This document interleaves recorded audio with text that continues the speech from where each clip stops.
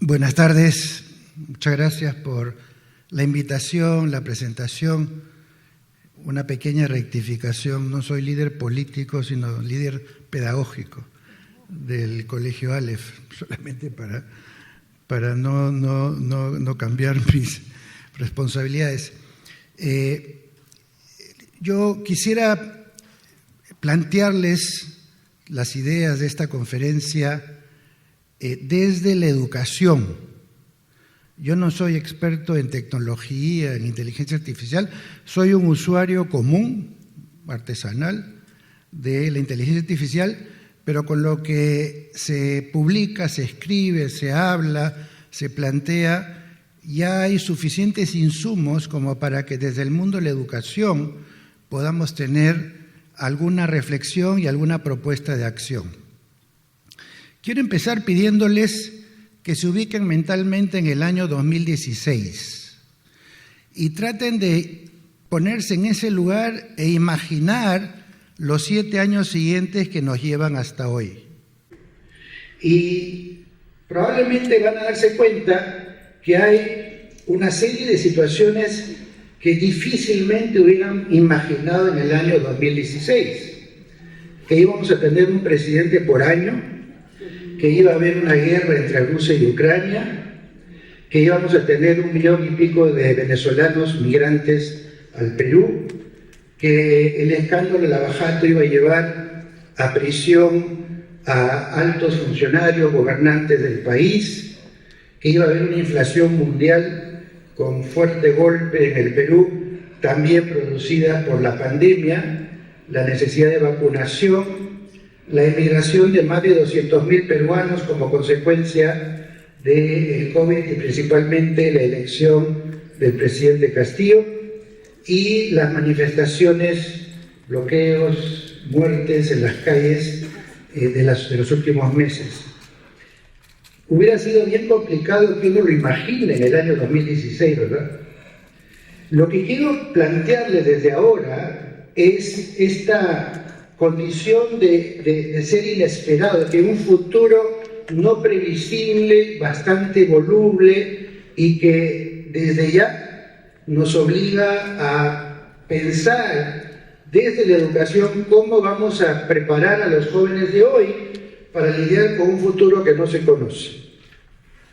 Las consecuencias de estos sucesos inesperados: inestabilidad, incertidumbre, mucho miedo, mucho desconcierto, pesimismo, estrés familiar, sobre todo en la época de la pandemia, limitaciones sociales, problemas de salud mental, una modificación sustancial en la forma de trabajo, mucho desempleo, todo el desarrollo del delivery como nueva opción de atención a los clientes, reconversión de centros como por ejemplo las clínicas que tenían que dedicar pabellones para el COVID y empezar a trabajar con la telemedicina. Uno se pregunta, bueno, ¿todo esto era previsible en el año 2016?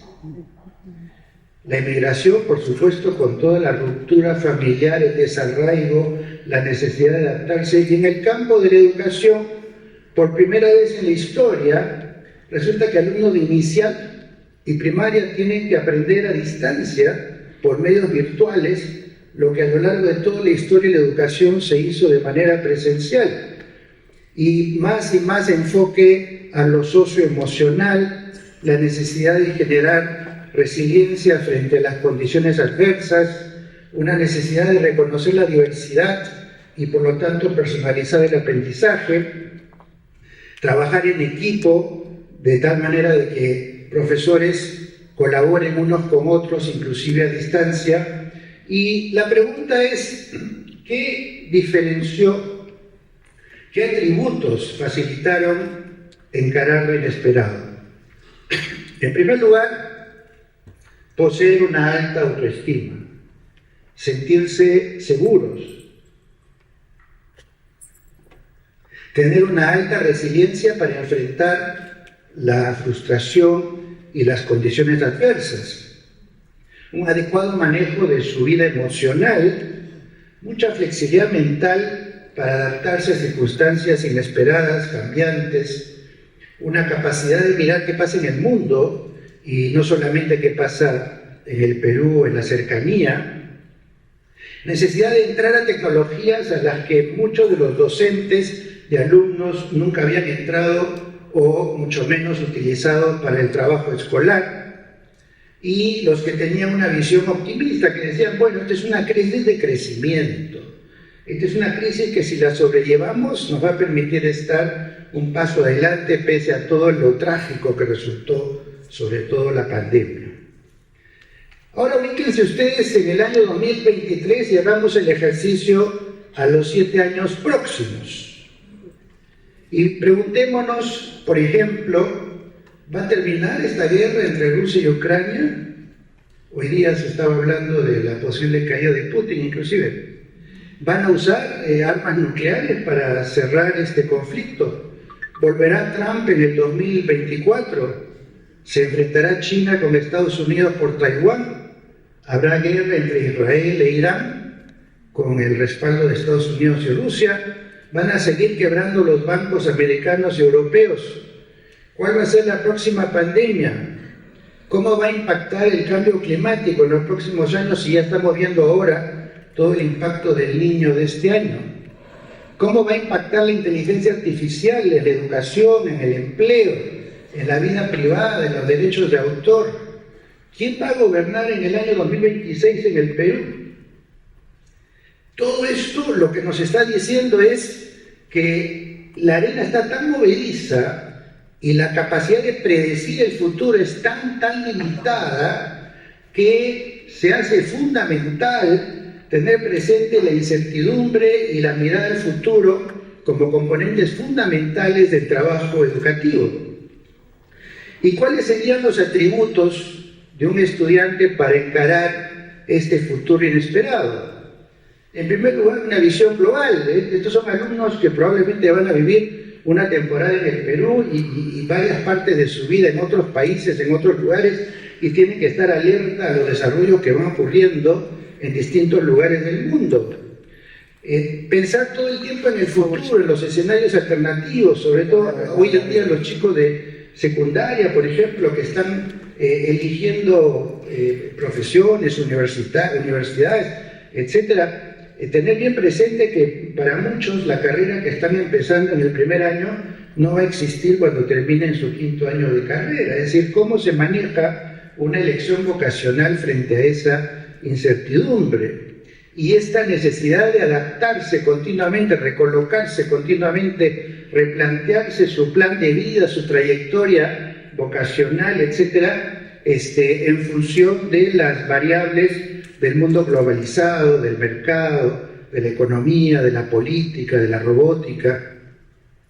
Y eso hace fundamental el hecho que los alumnos tengan una cultura general financiera y que estén pensando todo el tiempo en inversiones y ahorros para el desempleo durante la vejez. Fíjense ustedes que todos los sistemas de pensiones que hay en el mundo plantean como edad de jubilación alrededor de 65 años.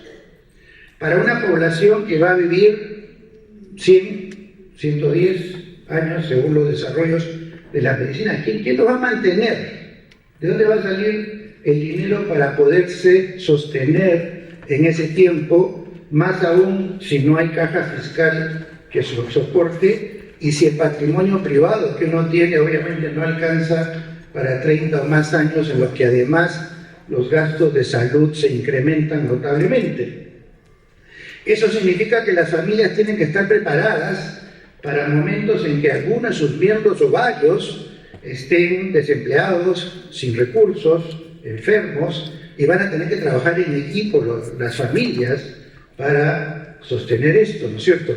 Hoy en día se habla de los padres de familia sándwich, que se refieren al hecho de que durante muchas generaciones los padres se ocupaban económicamente de sostener a sus hijos hasta que esos llegaran, digamos, a la universidad o a conseguir su propio empleo, y después se producía este efecto de nido vacío, ¿no es cierto? Ahora resulta que el nido nunca va a estar vacío, porque ni bien dejen de sostener económicamente a sus hijos, van a tener que sostener económicamente a sus padres.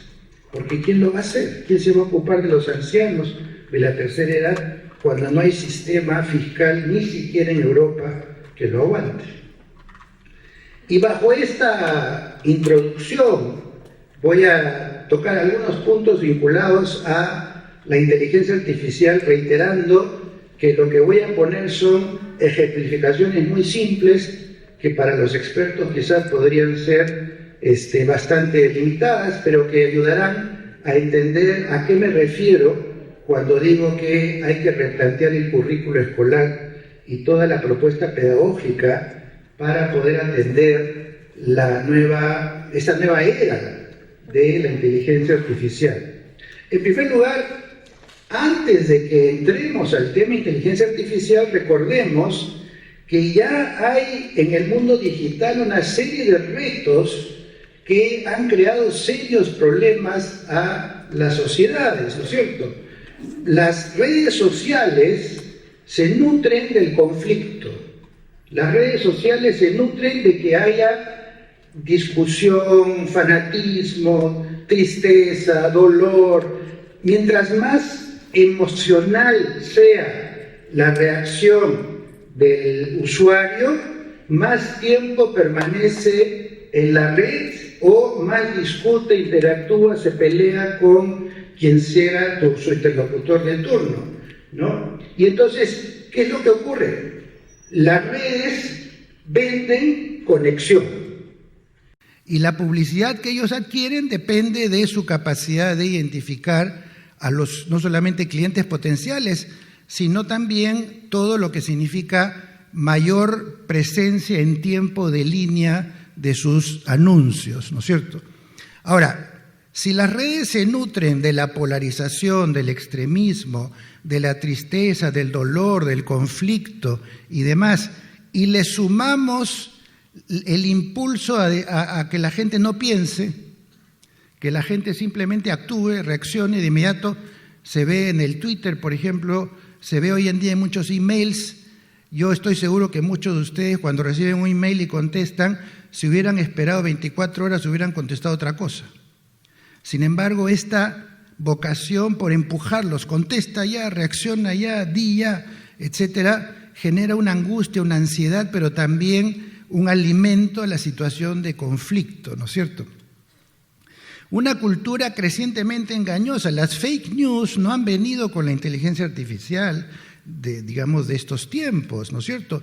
Los videos engañosos y demás están presentes de hace mucho tiempo atrás, y eso también demanda un abordaje que no es el clásico en el que si uno leía una noticia en un periódico o un artículo en un libro, uno podía confiar en que está representando lo que el autor realmente quiso decir. Y lo peor del asunto es que estos fanatismos, estos extremismos, lo que hacen es fracturar la vida democrática, porque la democracia se construye sobre la base de acuerdos entre diversos, acuerdos entre extremos, medios, acuerdos entre todos los que están involucrados en un tema, en un conflicto, y entonces la democracia se construye en esta relación de acercamiento de las diversas posiciones en juego.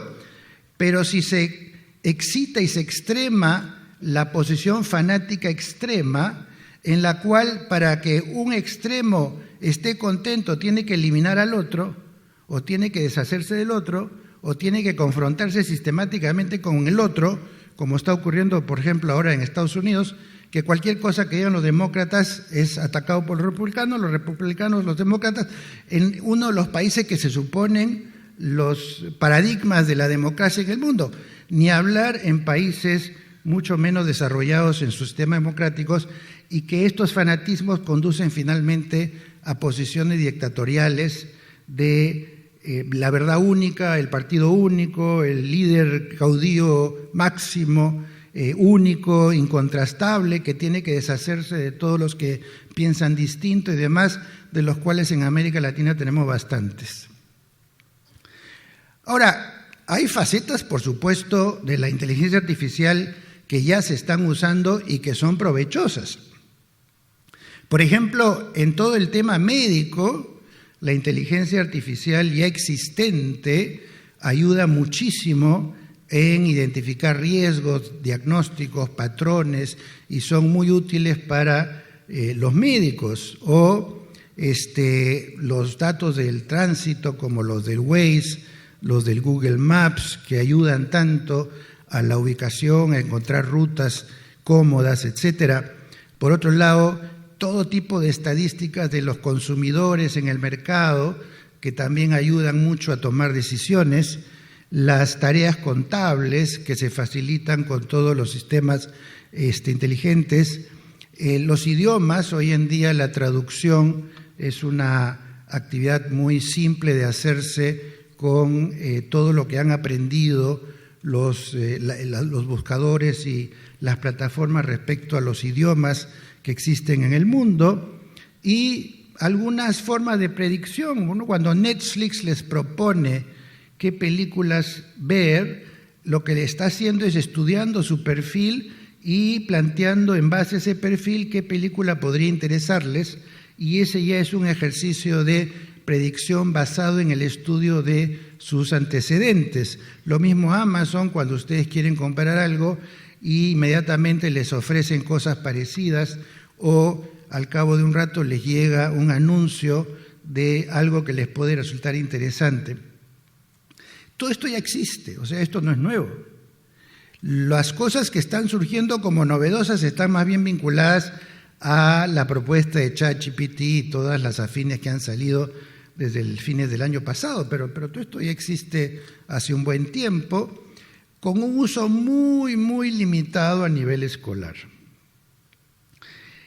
Ahora tenemos ya desarrollos nuevos que inclusive pueden sustituir a las personas a la hora de hacer anuncios, a la hora de dictar clases. Acá tienen un ejemplo muy sencillo de una publicidad para un curso de inteligencia artificial.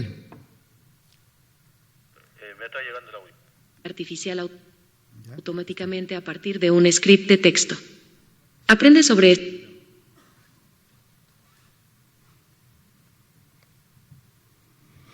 Esto que ha pasado es parte de la tecnología, ¿no es cierto? Cuando se malogra algo en el equipo quedamos un poco desconcertados, ¿verdad? Pero afortunadamente en este caso tiene solución, ¿no? Crea videos como este con ayuda de inteligencia artificial automáticamente a partir de un script de texto. Aprende sobre esta y más herramientas en mi próximo en vivo sobre inteligencia artificial en la educación. Te veo ahí. Bueno, ahí tienen un avatar, o sea, tienen una figura inventada por la inteligencia artificial. Se le ha hecho hablar como si fuera humano, ¿no es cierto? Y está diciendo cosas que otra persona ha dicho, pero que aparecen por su boca. O sea, eso es lo que vamos a estar viendo permanentemente con este tipo de software, ¿no es cierto? Ahora, el currículo escolar tradicional se basa en 4 áreas, ¿no es cierto? Matemáticas, comunicaciones, ciencias e inglés. Y esas 4 áreas a lo largo de la historia han sido la estructura, el soporte curricular con el cual se han educado todas las generaciones anteriores. Pero resulta que todas esas áreas, esas 4 áreas ahora, pueden ser desarrolladas con inteligencia artificial. Por ejemplo, en matemáticas tienen ustedes un programa ya conocido por chicos que se llama Photomat, donde ustedes toman foto de la ecuación o el problema que quieren resolver y lo resuelve en un segundo y les da la solución, y si quieren el procedimiento les da el procedimiento, y eso lo van a poder hacer con cualquier problema de matemáticas. Y por supuesto a veces se encuentran algunas fallas, pero el autoaprendizaje de este software va a permitir obviamente que se reduzcan los errores. En literacidad, el chat GPT sobre todo es muy productivo. Yo le pedí, por ejemplo, al chat que me escriba una argumentación de 300 palabras a favor de la eutanasia.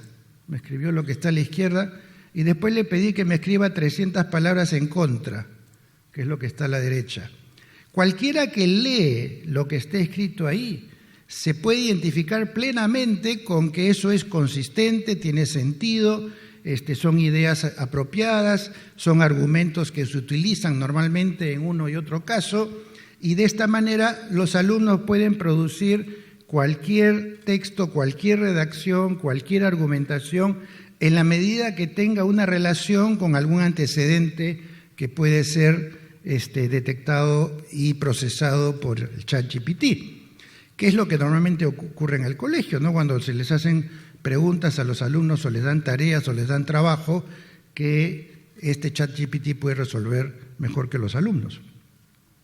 En ciencias, aquí les puse un ejemplo de una de las preguntas de la prueba PISA en ciencias y les plantean el problema y las respuestas alternativas y fácilmente el ChatGPT les dice cómo resolverlo y cuál es la respuesta correcta, ¿no es cierto? Aquí tienen ustedes un ejemplo en el caso de idiomas. Yo escribí el texto de la izquierda, muy buenas noches, etcétera, y le pedí que hable como si yo fuera una mujer joven y en distintos idiomas. Y miren lo que produce. Muy buenas noches. Me llamo Luisa Lane y esta noche estaré junto con ustedes presenciando esta presentación. Gute Nacht. Mein Name ist Luisa Lane und heute Abend werde ich bei dieser Präsentation dabei sein. לילה טוב, שמי לואיזה ליין והערב אהיה איתך ואהיה עד למצגת הזו. Très bonne nuit. Je m'appelle Luisa Lane et ce soir je serai avec vous pour assister à cette présentation. Muito boa noite. Meu nome é Luisa Lane e esta noite estarei com vocês testemunhando esta apresentação. おやすみ。私の名前はルイーザ・レーンです。今夜、このプレゼンテーションをご覧いただきます。Bueno, y aquí te voy a explicar cómo traducir la voz de tus vídeos de manera fácil, gratis y rápida con inteligencia artificial. Mi voz la puedo decir en inglés, en francés, en cualquier idioma y sin tener que traducirla yo, y además se va a escuchar directamente, vas a poder poner subtítulos y 1000 cosas. Vamos a ver. I'm going to explain how to translate the voice of your videos in an easy, free and fast way with artificial intelligence. Vou explicar como traduzir a voz dos seus vídeos de forma fácil, gratuita e rápida com inteligência artificial. Puedo agregar el área de arte también con creaciones artísticas originales que en algunos casos inclusive resultan más interesantes e impresionantes que las que producen algunos de los artistas, digamos, de carne y hueso, ¿no es cierto? Y acá tienen ustedes el reto de identificar si la persona que está hablando es o no es. A ver, fíjense ustedes si pueden detectar quién de los 4 que voy a mostrar es Obama. The results are clear. America's businesses have created 14.5 million new jobs over 75 straight months. We've seen the first sustained manufacturing growth since the 90s. Si pensaron que uno de los 4 es Obama, resulta que ninguno de los 4 es Obama. ¿No es cierto? Todos son creaciones artificiales hechas con herramientas de inteligencia artificial. Acá tienen ustedes esta imagen. ¿Cuál es la persona real en estas transformaciones?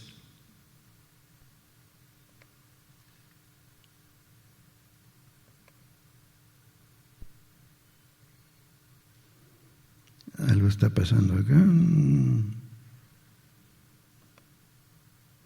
Bueno, no funciona este. Vamos a este de acá.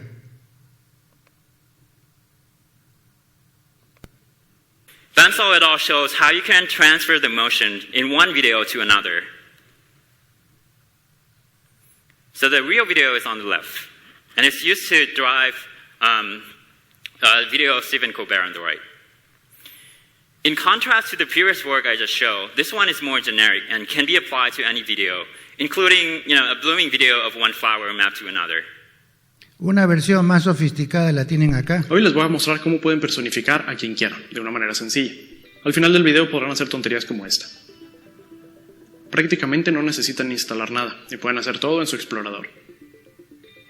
Como saben, me gusta explicar con mucho detalle técnico el cómo y por qué funcionan las cosas.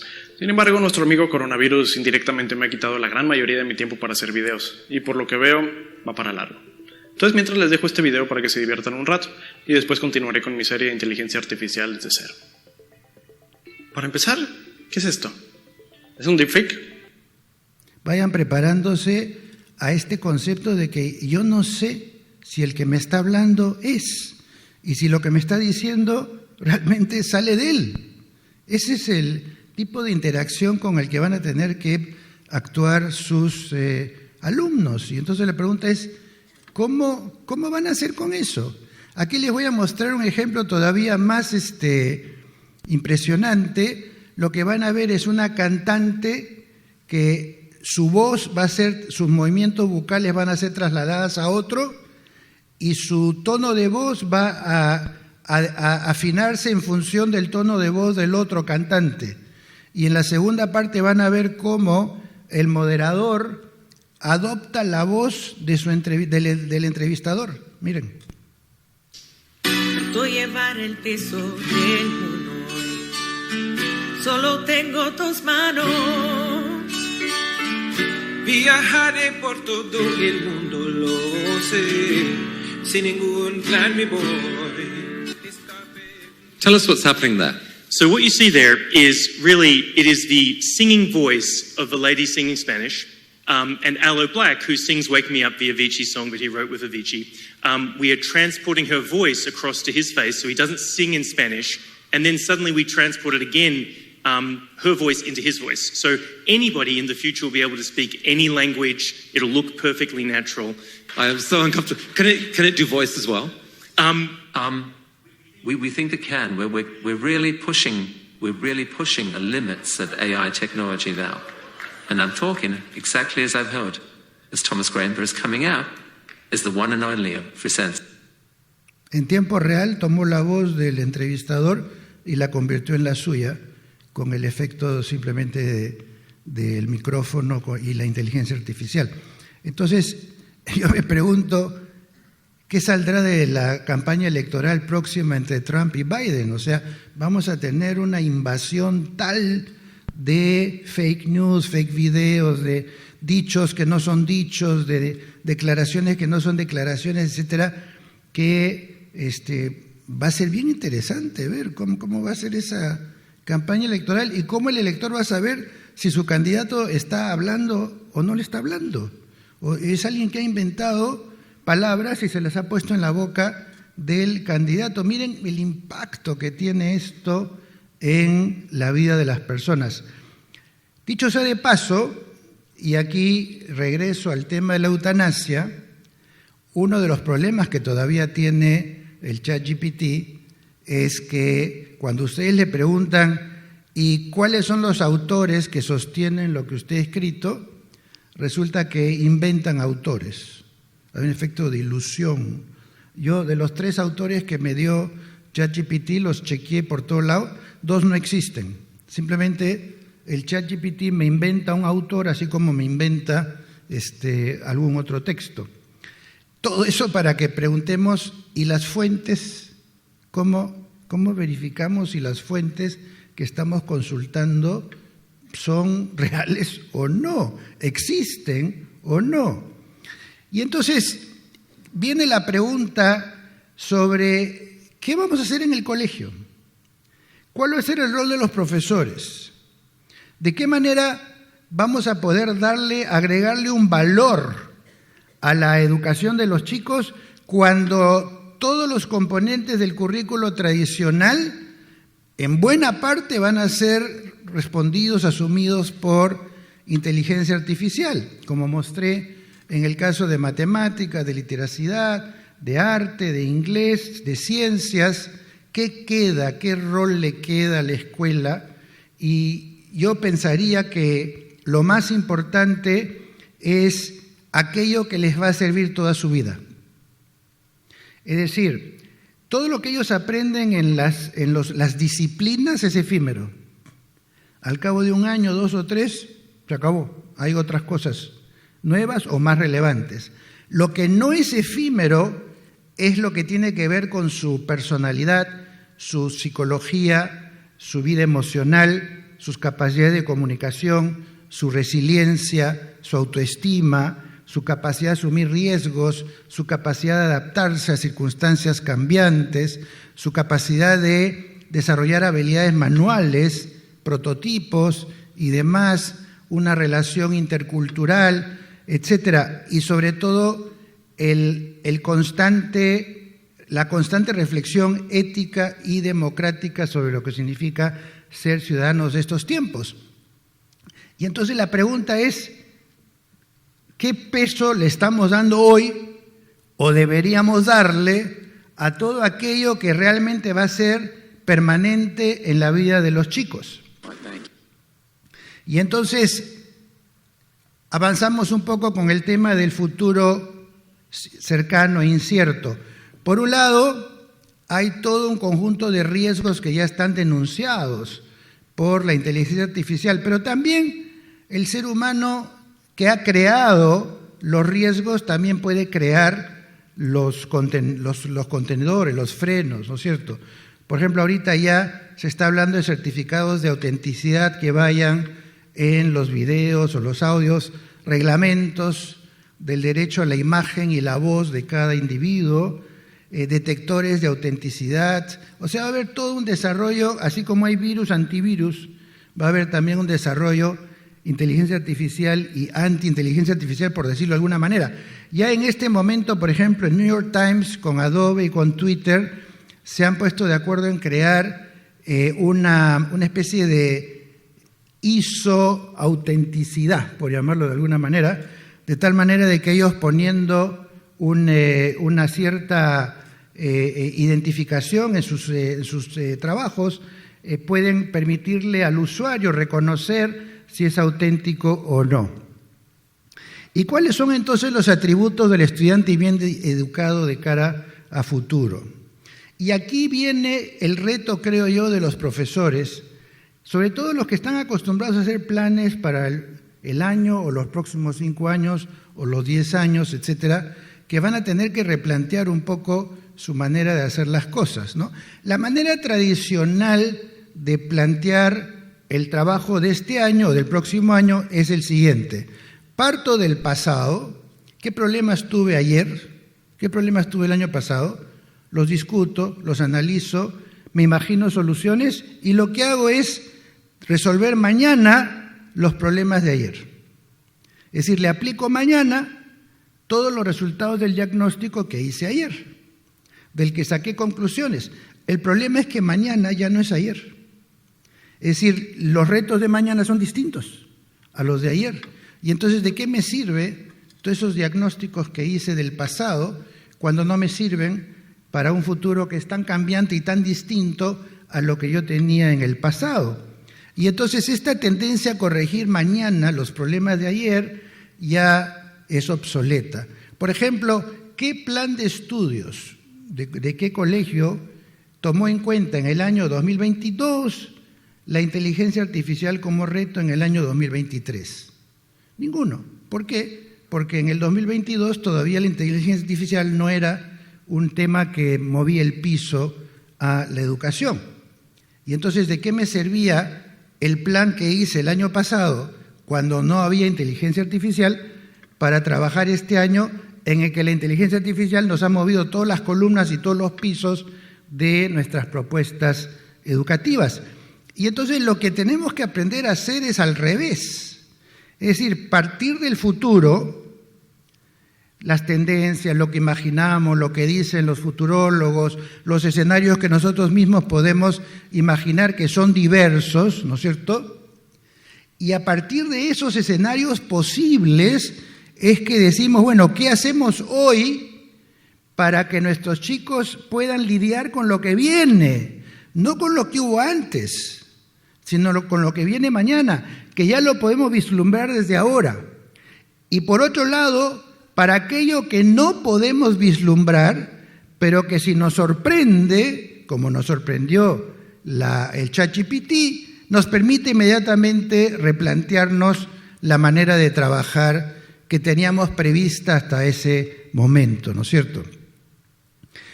Y lo que hay que tomar en cuenta es que la tecnología siempre va a estar un paso adelante de respecto a las regulaciones o el uso educativo que hagamos de ellas. Les hago recordar, por ejemplo, que primero se hicieron las clonaciones para después ver cómo se reglamenta la clonación de seres humanos. Primero surge el Uber para que después de algunos años se pregunten cómo hacemos para que paguen impuestos los Uber en cada país. Primero vino Internet hasta que después se preguntaron cómo ponemos filtro para la pornografía, la pedofilia, el terrorismo, etc. Primero vinieron las redes sociales para después preguntarse cómo hacemos con la salud mental de la gente, de los usuarios, cómo limitamos el racismo, la discriminación. Primero vino la fertilización in vitro y ahora resulta que hay juicios que hacen personas que han reconocido en su ADN el ADN del donante. Y entonces quieren reclamar la herencia del donante, a pesar de que el donante era anónimo, pero su ADN coincide con el ADN de este niño que nació in vitro. ¿Y cómo se resuelve legalmente eso? Es decir, siempre la tecnología va a estar un paso adelante respecto a las respuestas que encuentra la sociedad para lidiar con esos temas. Por eso es que mientras más nos acerquemos a intuir, a estudiar, a analizar, a imaginar el futuro, mejor preparados van a estar los chicos para enfrentar esas realidades, ¿no? Yo diría algo así como pasar del feedback al future thinking, ¿no es cierto? Por ejemplo, en el pasado la educación tradicional se basa en resultados predecibles y más bien ahora tenemos que trabajar con resultados no predecibles. La imagen del niño tradicional es una persona pasiva a la espera de las consignas del profesor. El niño de hoy más bien tiene que ser activo y tiene que ser el niño el que trae los retos a la escuela. El enfoque clásico pone mucho peso en la adquisición de conocimientos. El enfoque actual tiene que darle más peso a la construcción de conocimientos y a la transferencia a situaciones no previstas, que es la parte más importante. Es decir, cuando decimos aprender a aprender, lo que estamos diciendo en el fondo es cómo trasladamos lo aprendido a situaciones que nunca antes hemos visto, pero vamos a usar esas herramientas para poderlas enfrentar. En cuanto a la metodología, la tradicional obviamente se enfoca en disciplinas aisladas y la moderna o la de vanguardia implica más bien un enfoque continuamente interdisciplinario porque el mundo es interdisciplinario. Salir del enfoque individual al enfoque de trabajo en equipo, ¿no es cierto? Salir del tema de los exámenes como el evento de evaluación para ir a los procesos como la parte más importante del seguimiento del aprendizaje de los estudiantes. Yo estuve intentando hacer un ejercicio de cómo un boletín de notas de estos tiempos se vería si realmente incorporamos todas estas cosas. Entonces tendríamos un boletín de notas totalmente distinto, que no estaría enfocado en las áreas, sino estaría enfocado principalmente en las habilidades, las destrezas que se van a conseguir para poder lidiar con el mundo que se viene, con mucho énfasis en lo que llamaríamos las habilidades blandas. Para terminar, y poderme ajustar al tiempo, algunas orientaciones que normalmente le damos a los padres, a los educadores, para que las tomen en cuenta. Primero, la enorme importancia de la autonomía y la resiliencia. Una pregunta clave que tienen que hacerse los educadores es ¿cómo estamos construyendo autonomía en la vida escolar de los alumnos y de los profesores? una atención muy temprana y seguida de los temas de salud mental y de la vida emocional de los alumnos, una enorme importancia a lo que es empatía, ponerme en el lugar del otro, entender al otro, comunicarme con el otro, sentir compasión por el otro, salirme de mi egocentrismo para poder ser una persona más enfocada en la vida social, porque las habilidades sociales van a tener un peso fundamental en el éxito de las personas. Aprender a entender de que pueden haber injusticias, pueden haber problemas en el mundo que nos rodea, etcétera. No lo podemos controlar, lo que sí podemos controlar es a nosotros mismos. ¿Cómo somos? ¿Qué hacemos? ¿Cómo reaccionamos frente a un problema? ¿Cómo planteamos, la resolución de conflictos en los que estamos? Esto que ya es muy común en la integración de lo real con lo digital, poner más énfasis en lo que la tecnología no puede hacer, o sea, las habilidades blandas, sociales, la creatividad, la adaptabilidad, el roce social, los deportes, todo aquello que ningún aparato de inteligencia artificial le va a poder dar a los chicos. Hacer hobbies y mucho trabajo de hands-on, es decir, trabajar con las manos, trabajar con el cuerpo, crear productos creativos, artísticos, tecnológicos, prototipos, etcétera. No es lo mismo imaginar soluciones pensándolas que intentando construir algo que refleje lo que he pensado. Y esta creatividad que surge de manipular objetos es algo que se suele hacer muy poco, pero que es un fuerte estímulo a la creatividad. Evitar este sobrepeso que se le da a la matemática o los idiomas frente a deportes, artes, diseño y en particular todas las capacidades socioemocionales. Y para terminar, dos fuertes componentes de la educación. La primera, la resiliencia. Los alumnos tienen que aprender a tolerar la frustración, los cambios, las recolocaciones, los retos, el roce con otras culturas, con otras personas, con otras instituciones, etcétera, tienen un peso creciente en cuanto a la fortaleza de los educandos.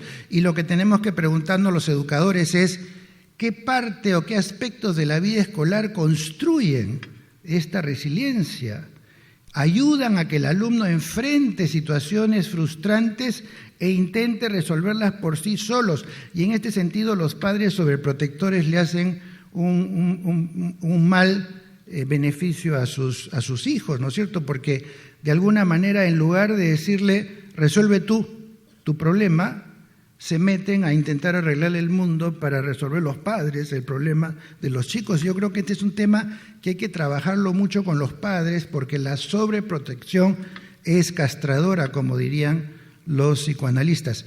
Y finalmente, esta pregunta, ¿por qué tú? Imagínense si un potencial empleador escucha esto de su hijo o de su,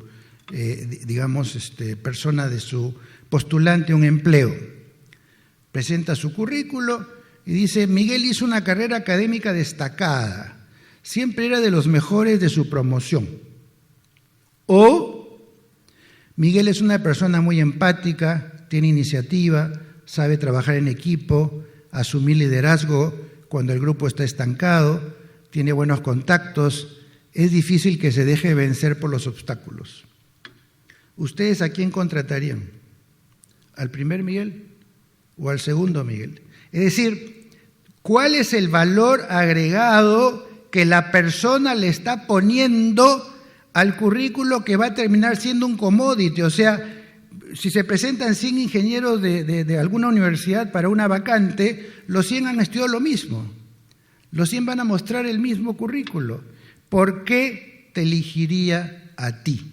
¿Qué es lo que tú has hecho? ¿Qué es lo que tú tienes? ¿Qué es lo que tú aportas que haga que las personas te busquen a ti, te prefieran a ti, te quieran a ti, se sientan seguros contigo, puedan confiar en ti? ¿Por qué te elegiría a ti? Y esa pregunta se la tienen que hacer los estudiantes desde que están en educación inicial, si es posible, pero a lo largo de su vida escolar.